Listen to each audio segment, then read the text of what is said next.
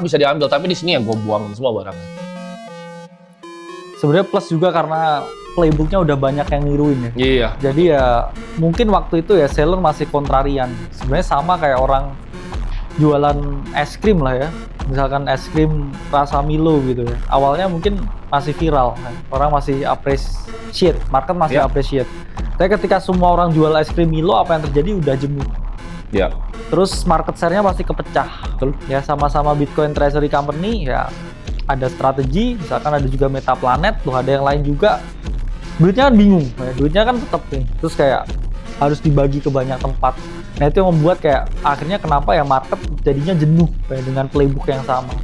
Mungkin menurut saya udah habis ini ya, udah sulit tuh direplicate. Tapi biasanya sesuatu yang sulit direplicate tuh harus makan korban dulu biasanya. Iya. Ya dalam artian ada yang meledak baru kayak orang kapok kan. Contohnya apa? Misalkan ya analogi perusahaan makanan lah ya. Contohnya misalkan tadi yang es krim viral, semua nyontek ke sana, tapi harus nunggu dulu ada perusahaan-perusahaan yang bangkrut dulu, baru orang nggak mau ikutan kan. Karena kalau nggak ada yang sampai bangkrut, orang masih mikirnya ini masih bisa direplikasi terus. Ya.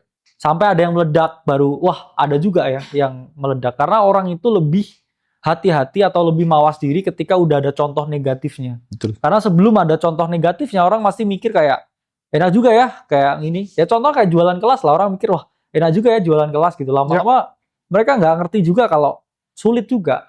Akhirnya kalau misalkan ada udah satu yang kena masalah, orang akhirnya mikir juga kayak, ya udahlah, aku nggak ikutan juga, sulit juga ternyata. Jadi harus ada contoh yang negatif ekstrim, baru orang tuh hati-hati. Betul. Kalau nggak ada negatif ekstrim kayaknya tetap